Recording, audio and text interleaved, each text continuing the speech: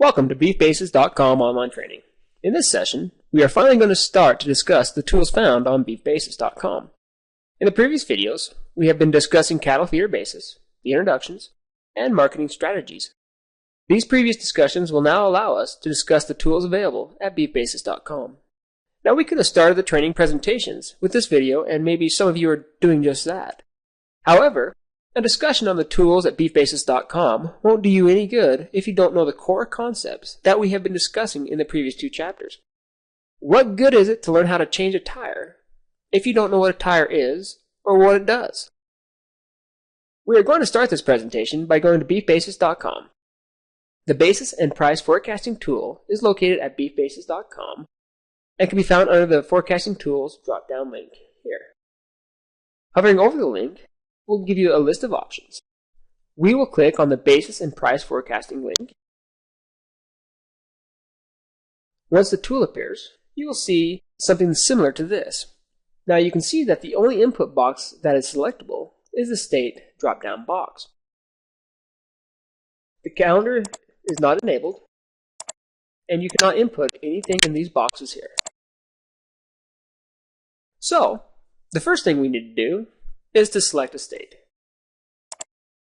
For the purpose of this presentation, we'll be selecting the state of Montana. Once we've made the selection, you can see that 4 other drop-down boxes have become visible: location, sex, frame, and grade. And our calendar has now been enabled, and we can enter our values into these boxes. We'll start by going to the location box. Now, as you can see, Montana only has one auction yard. Now, why only one auction?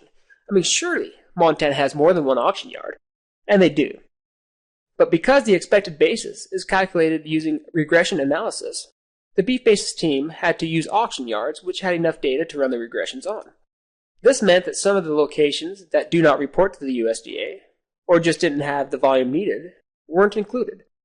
Now, to overcome this limitation, we do have the historic basis tool, which calculates basis using averages. And we'll cover this in more detail in Chapter 5.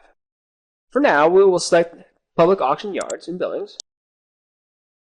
And after we have selected that, the sex drop-down box has become highlighted. We'll click this box and we'll select steer.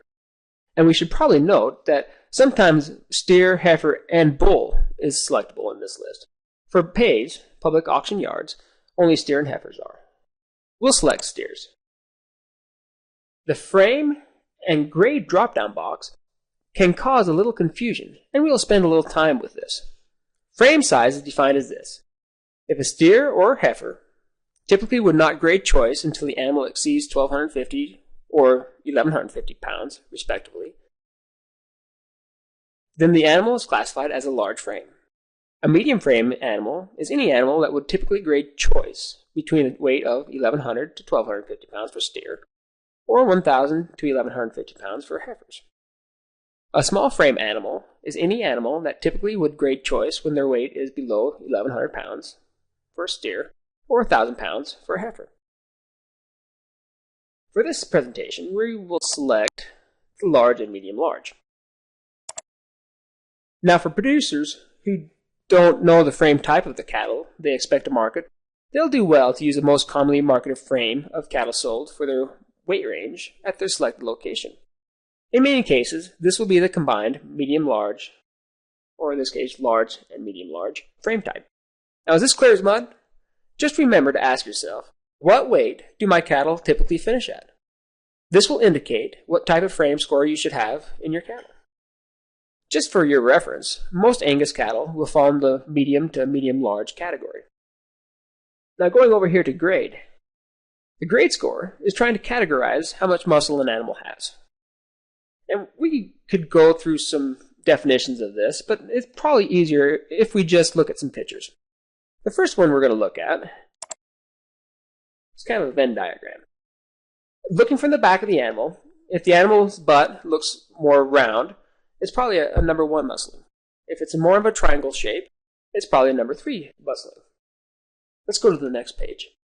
As you can see, a number 1 muscling is full in the hips, the tail head is rounded, not very visible, and is generally a circle, if you will.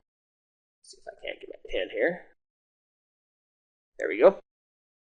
And a number 3 muscling is more of that triangle shape that we just saw. The tail head is very discernible, the hips stick out, and there's very little muscles in the round. This will kind of give you an idea of what kind of grade score that your animals may have. Now for this presentation, we're going to select 1.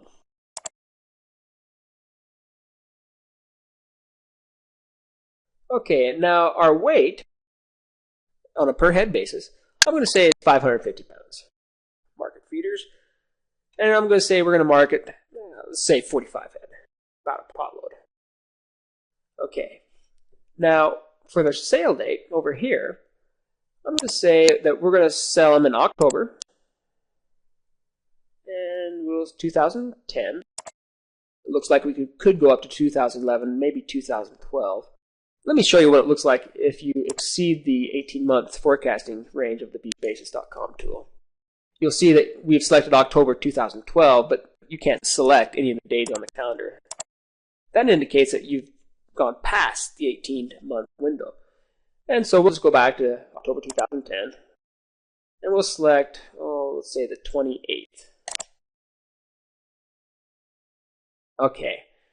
Now here, the feeder cattle futures price is $113.25.